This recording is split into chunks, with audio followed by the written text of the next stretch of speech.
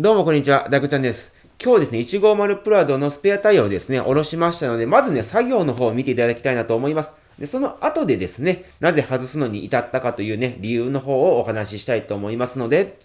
どうぞ。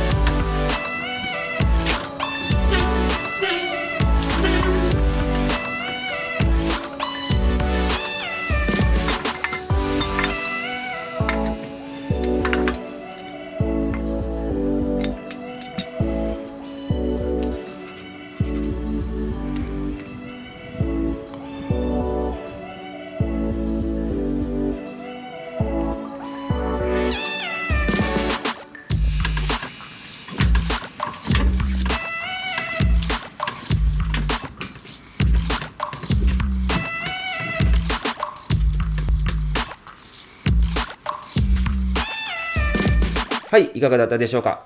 特別なですね、工具を用意することなく、車に積まれている工具だけでですね、作業することができますので、作業内容としてはですね、そんなに難しくないかなと。もちろんですね、何か非常事態があった時に使う工具ですので、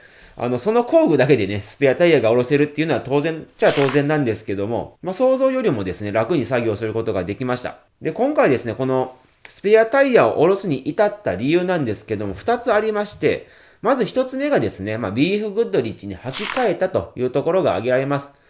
4駆っていうのはですね、フォレスターとかレガシーとかもそうだったんですけども、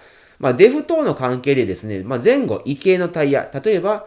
前に14インチ、後ろに17インチとかね、あとはタイヤサイズが違うとか、そういうですね、言ったらですね、全体で抵抗が変わるようなタイヤの組み合わせっていうのができないんですよ。なのでですね、今回私がビーフグッドリッチに変えましたと。そうすると、まず純正とタイヤパターンが違いますので、転がり抵抗っていう意味ではもうすでにですね、差が出てきています。で、さらに、扁平率を65から70へ上げてますので、外形が変わっているので、そもそももう同じサイズじゃないよと。非常時であればですね、短距離で、それを使うっていうことも考えたんですけども、その差によって発熱して、最悪ですね、車が燃えてしまう事態もあるということなので、今回はですね、もう使わないっていう前提でですね、下ろしてしまうことにしました。最初はね、このスペアタイヤにもビーフグッドリッチを履かせてあげるっていうですね、ことも考えたわけなんですけども、おそらくですね、スペアタイヤのスペースにですね、扁平率を上げたビーフグッドリッチを入れることができるかっていうと、おそらく入らないと思うんですよ。で、特にですね、私の場合は、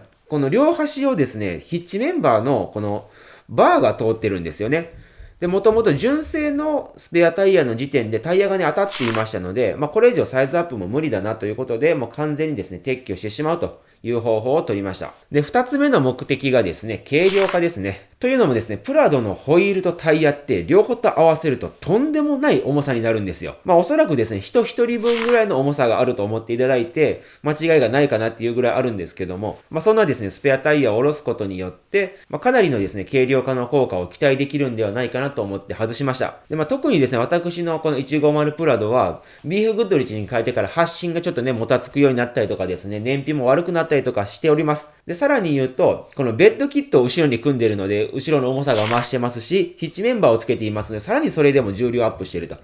なので、純正の状態に比べてかなりですね、車にとってはある意味デチューンなところをね、しているわけなんですよね。なので、今回ですね、このスペアタイヤを取ることによって、言ったらですね、ベッドキットとヒッチメンバーを合わせたぐらいの重さはですね、簡単に相殺できると思うんですよ。で、あわよくばですね、それによって動力性能だったりとか燃費性能だったりとかいうのもですね、改善できればなということを期待してですね、外しました。で、実際ですね、その外した効果はどうだったのかと言いますと、おそらくね、この外したっていうプラシーボの部分が大きいんですけども、それをですね、加味して聞いていただきたいんですけども、まず、一つ目の効果としては、やっぱり運動性能が若干上がった気がします。発進であったりとか、ちょっとした動きですよね。そういう時に、少しですね、サスの動きが良くなったというかですね、発進もね、若干ながら良くなったかなっていう程度の、感じはしますね。で、特にですね、このリアに重量物を積んでいて、それを外したわけですので、車高自体もですね、若干、後ろがですね、上がってると思うんですよ。なので、そういった意味で、サスの動きだったりとかですね、そういった部分も、少しはですね、改善されているんじゃないかなと思います。で、二つ目の効果がですね、燃費が若干良くなりました。外してですね、まだそんなに走ってはいないんですけども、燃費がですね、0.1 から 0.2 ほどですね、改善しております。ただね、誤差の範囲ですし、夏と冬だったりとかですね、道路状況だったりとかも全くね、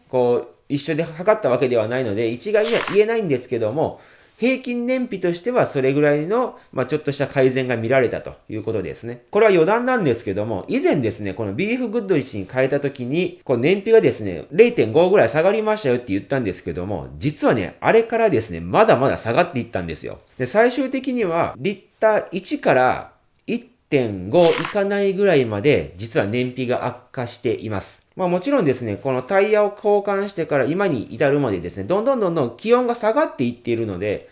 それに合わせてですね、ちょっと燃費も悪くなっているかなっていうところもあるんですけど、あとはね、外径が大きくなって、1回転シャフトが回るのに進む距離がですね、純正タイヤに比べて、距離が長くなりますよね。この実際表示される燃費に比べると、実際走る距離っていうのはもうちょっと走ってるはいるんですけども、それでもですね、やっぱり如実に燃費が落ちていますので、そういったところをですね、少し改善できればなと思っているんですけども、大きな足しにはですね、なっておりません。ということでですね、このような感じで今回ですね、150プラドの、純正のですね、スペアタイヤを下ろすに至りました。本当はね、何かトラブルがあった時にそれが使えるといいので、外すっていう選択肢はしたくなかったんですけども、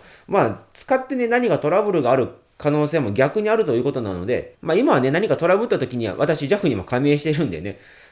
助けに来てくれるところが何箇所かあるじゃないですか。なので、とりあえずはいいかなということで下ろしました。で、下ろしてね、びっくりしたのが、この150プラドのスペアタイヤって、純正と同じホイール使ってるんですよ。で、タイヤも、純正と全く同じタイヤなんですよね。全く同じものが積んであるので、例えばね、仮に普通の車でね、パンクをして、タイヤを変えてテーパーにしたとすると、スペアタイヤ自体が細くてですね、走行距離の制限もありますし、走行スピードの制限っていうのも出てくるんですけども、150プラドのこのスペアタイヤに関しては、言ったら普通のね、純正のこのホイールとタイヤがついているわけなので、ぶっちゃけね、普段と変わらない運転ができるわけなんですよね。海外仕様のね、プラドなんかは後ろに背面タイヤがついているぐらいなので、それがね、単純に下に来たというだけの装備のようです。なのでですね、何かトラブった時のこの対応力っていうか対応性能っていうのを考えるのであれば、もうタイヤも純正にしといて、スペアタイヤもそのままっていうのがですね、ベストな選択なのかもしれませんけども、私の場合はね、やっぱり見た目のかっこよさとかですね、そのアクロ走破性みたいなのもですね、せっかくね、黒缶4区乗ってますので目指したいなということで、とりあえず下ろしてみました。もしですね、同じような感じでですね、もうスペアタイヤ使わないけどもっていう方はですね、重量物をね、やっぱ積んでおくっていうのも結構ですね、車に対する負担になりますので、思い切って下ろすのもですね、一つの手ではないかなと思います。それでは、この辺で、また。